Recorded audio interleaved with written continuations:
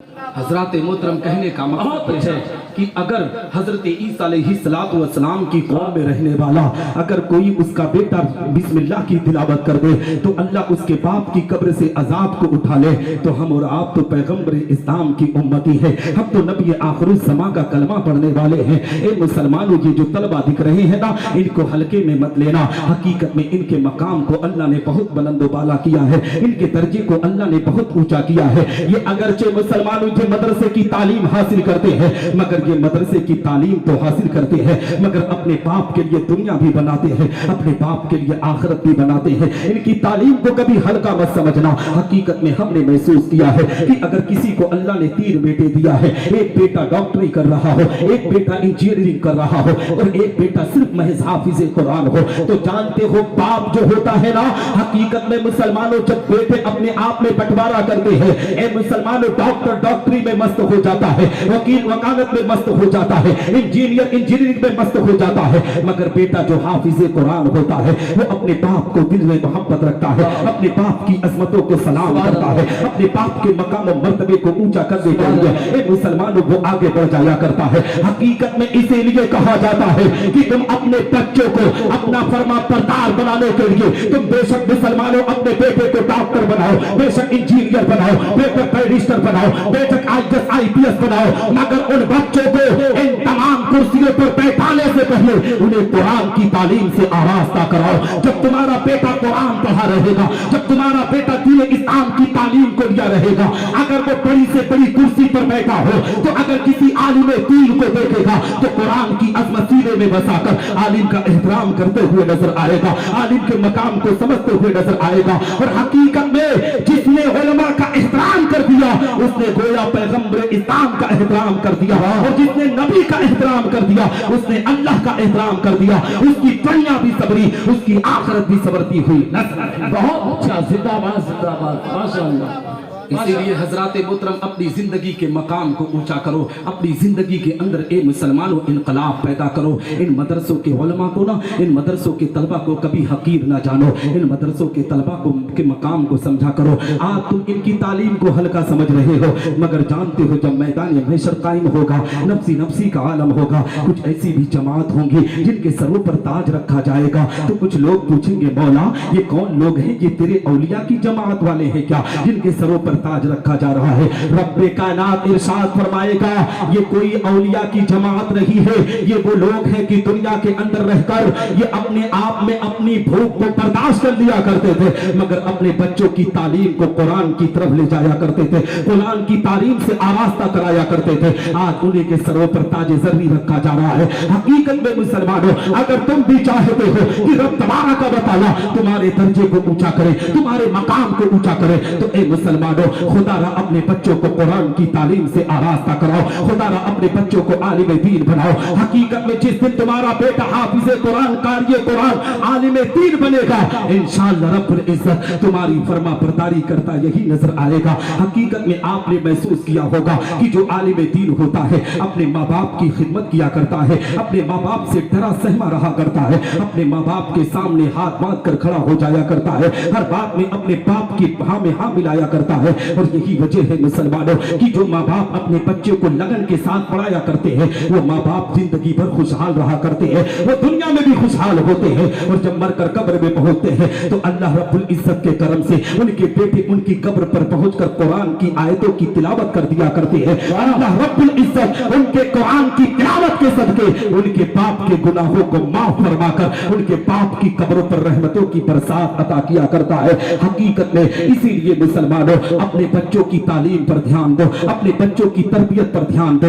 آج تم سنتے ہو نا کہ سرکار غوث اعظم رضی اللہ تعالیٰ عنہ اپنے ماں کے پیٹ میں قرآن مقدس کو حفظ کیے۔ اے مسلمانوں وہ حفظ کیوں کیے؟ ان کی ماں پاکیزہ تھی، ان کی ماں قرآن کی تلاوت کیا کرتے تھے۔ ہم اور آپ کو بھی چاہیے کہ ہم بھی قرآن پڑھیں، ہم بھی نمازوں کی پابندی کریں، ہم بھی شریعت مصطفیٰ کا احترام کریں۔ حقیقت میں مسلمانوں اگر ہمارے ماں باپ بھی قرآن مقدس کی تلاوت کرتے رہے، اگر ہمارا بیٹا पैदा होगा, अगर गौसे आजम ना बनेगा तो गुलाम गौसे आजम बनकर पूरी दुनिया में चमकता हुआ नजर आएगा। हकीकत में मुसलमानों, इसलिए अपनी जिंदगी के अंदर इनकलाब पैदा करने के लिए, अपनी फर्मा बरदारी करने के लिए तुम अपने बच्चों को मदरसे की तालीम की तरफ भेजो। हकीकत में ये बच्चे अगरचे मदरसे की तालीम हासिल करते हैं, अगर ते टूटी टूटी हुई चटाई पर बैठकर ए मुसलमानों कुरान और हदीस रसूल को पढ़ते हैं, मगर इन बच्चों का मकाम इतना बुलंद है, नबी इरशाद फरमाते हैं कि जो तलबा होते हैं ये अगरचे अब मदरसों में बैठकर,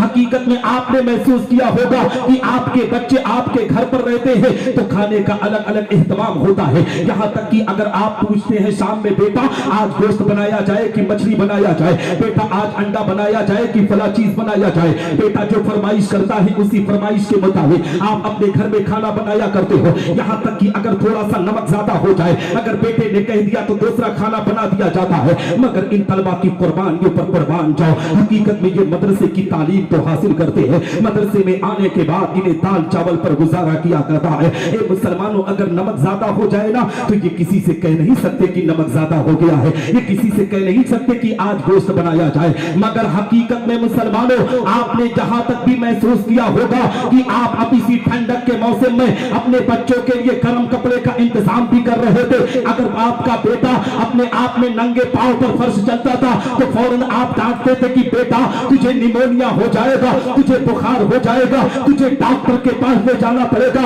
मगर ये तलबा 3 बजे 4 बजे रात को उठकर ठंडे पानी से वजू करके कुरान की तिलावत करते हुए नजर आते थे, नमाज फज्र की अदायगी करते हुए नजर आते थे। ए मुसलमानों, अगरचे हमारे घर में हमारा बेटा रहता है, फिर भी कभी कभी ऐसा देखा गया है कि बेटा ठंडक की वजह से इंतकाल कर जाता है। मगर किसी भी मदरसे में जाकर देख लो, किसी भी मदरसे से कोई भी तालिबे इल्म आज तक ठंडक की वजह से इंतकाल नहीं किया जाता है। जानते हो कि मुसलमानों, इसलिए कि घर पर बच्चों की जिम्मेदारी माँ बाप उठाया करते हैं और मदरसों में तलबा की जिम्मेदारी रसूल पाक उठाया करते हैं। यही वजह है कि इन तलबा पर अल्लाह की रहमतों का नुज़ूल। वाह, नारे तकबीर, नारे रिसालत, एहसाने मुस्तफा, दारुल गौसिया अशरफिया। बहुत अच्छा था। जिंदाबाद, जिंदाबाद, जिंदाबाद, जिंदाबाद, जिंदाबाद। माशाअल्लाह। थके नहीं ना है? हाँ? नारे तकबीर, नारे रिसालत, इश्क मोहब्बत, मस्ती मस्ती करिया बैठ के करिया। सुभान अल्लाह। थके नहीं ना भैया? हाँ, थका तो मैं हूँ यार, झारखंड से चल के आया हूँ। अगरचे मेरा घर खलीलाबाद है, मगर रात में झारखंड में था, है ना, तो वहाँ से चल के आया हूँ आपके यहाँ। और उम्र भी कम है तो इसीलिए थकान का एहसास नहीं हुआ।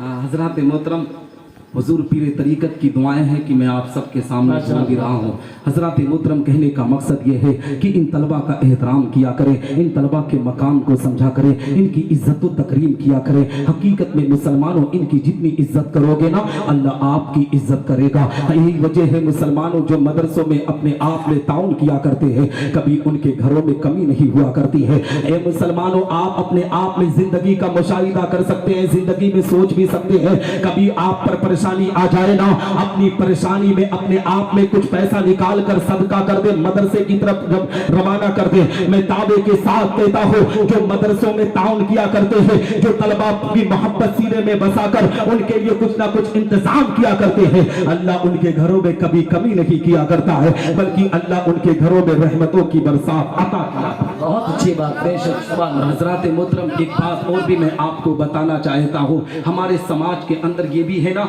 कि आज हम कुरान की तालीम से भी दूरी करते हैं और माँ बाप का एहतराम भी बहुत कम किया करते हैं। आज तो अक्सर नौजवानों का हाल ये हो चुका है कि नौजवानी के आलम में जोश में आकर इन मुसलमानों अपने बाप को गाली दे देते हैं, अपनी माँ की ममता के साथ खिलवाड़ कर दिया करते हैं, बाप की अजमतों के साथ खिलवाड़ कर दिया करते हैं। जिस बाप ने हमें चलना सिखाया, जिस बाप ने हमें मोहब्बत सिखाया, जिस बाप ने ए मुसलमानों हमें दुनिया का चैन और सुकून अता किया, हम जवान होने के बाद उसी बाप पर हकीकत में कालर पकड़ने पर हम आमादा हो जाते हैं, उसकी इज्जतों को चौराहों पर नीलाम करने पर हम आमादा हो जाते हैं। याद रखो मुसलमानों, बाप के मकाम को समझा करो, बाप की अजमतों को समझा करो, बाप की मोहब्बत को सीने में बसाया करो। याद रखो ये जो तुम्हारा बाप है ना, हकीकत में ये तुम्हारी दुनिया भी संवारता है और ए मुसलमानों यही तुम्हारी आखिरत भी संवारता है। इसलिए कि बाप का मकाम इतना बुलंद वाला हुआ करता है कि अगर इंसान बाप के मर्तबे को समझ जाए ना तो कभी बाप की शान में गुस्ताखी नहीं किया करेगा।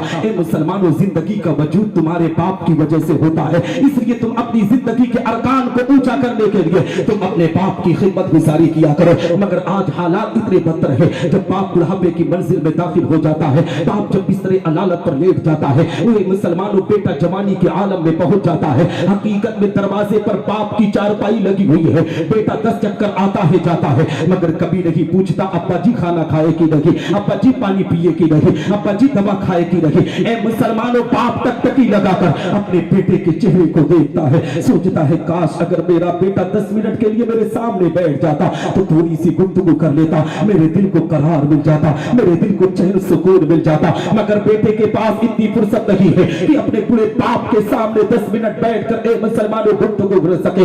याद रखो मुसलमानों, हमने देखा है कि नौजवान बाप के सामने बैठकर गुफ्तगू करने के लिए तैयार नहीं है, मगर किसी दोस्त ने फोन कर दिया ना कि फला जगह चहलने के लिए जाना है तो उसके पास अब फुर्सत भी है, उसके पास वक्त भी है। मगर याद रखो मुसलमानों, जिस दोस्त के लिए तुम अपने वक्त की कुर्बानी देते हो, जिस दोस्त के लिए अपना पूरा का पूरा टाइम कुर्बान करते हो, जब तुम तरक्की की मनाजिलों को तय करते हो तो तुम्हारा दोस्त ही सबसे बड़ा दुश्मन बनकर तुम्हारी निगाहों के सामने खड़ा हो जाया करता है। जब तुम तनज़्ज़ुल की तरफ बढ़ते हो, यानी जब तुम अपने बिजनेस या किसी कारोबार में चौपट तुम्हारा मामला हो जाता है तो तुम्हारा दोस्त तुम्हारा पीछा छोड़ दिया करता है। जानते हो दुनिया में एक ही जात होती है जो अपने बेटे के खुशी में भी शामिल होती है, कमी में भी शामिल होती है, उस जात को बाप कहा जाता है। हकीकत में मुसलमानों, अपने बाप की अजमतों को सलाम किया करो। जानते हो जब तुम अपने आप में खुशहाल होते हो तो बाप मौला की बारगाह में हाथों को उठाकर यही दुआ करता है, अल्लाह मेरे बेटे को कामयाबी के मनाजिलों को तय कराना।